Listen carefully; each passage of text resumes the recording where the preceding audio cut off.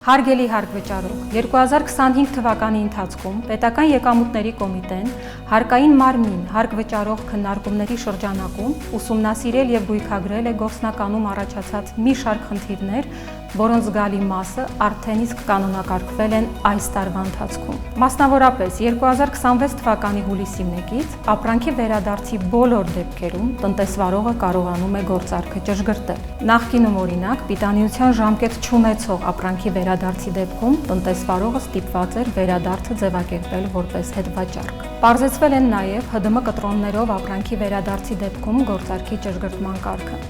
Մասնավորապես 2027 թվականի հունվարի 1-ից ՀԴՄ վերադարձի կտրոններով ԱՀԻ ճշգրտումները կարտացոլվեն հենց այն ամսվա հարկային հաշվարկներում, որում կատարվել է տվյալ ապրանքի վերադարձը, այլ ոչ թե վաճառքի ամսում։ Պարզեցվել է նաև ոչ ռեզիդենտ կազմակերպությունների համար ավելացված արժեքի հարկի պարտավորությունների կատարման գործընթացը։ Google, Facebook եւ նմանատիպ այլ ոչ ռեզիդենտ կազմակերպություններին հնարավորություն կտրվի բոլոր դեպքերում ԱԻ հաշվետվությունները ներկայացնելու եւ ԱԱՀ-ի մասով պարտավորությունները կատարելու պարզեցված կարգով եւ VAT համակարգի միջոցով։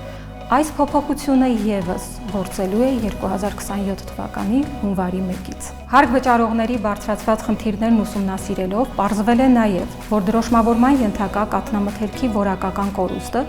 օրինակ պիտանիության ժամկետի սպառման դեպքում տարեկան կտրվածքով գերազանցում է համախառն եկամտի 1%-ը։ Կարգավորման վերանայման արդյունքում 2026 թվականի հուլիսի 1-ից որպես որակական կորուստ նվազեցման ենթակա չափը 1%-ից դարձել է 2%, թեթևացնելով տվյալ ոլորտի տնտեսվարողների հարկային բեռը։ Հարգելի հարգվճարող, բարեփոխումների ամբողջ փաթեթին կարող եք ծանոթանալ սկանավորելով էկրանին հայտնվող QR կոդը։ Իսկ պետական եկամուտների կոմիտեն շարունակում է ուսումնասիրել բիզնեսին հուզող խնդիրները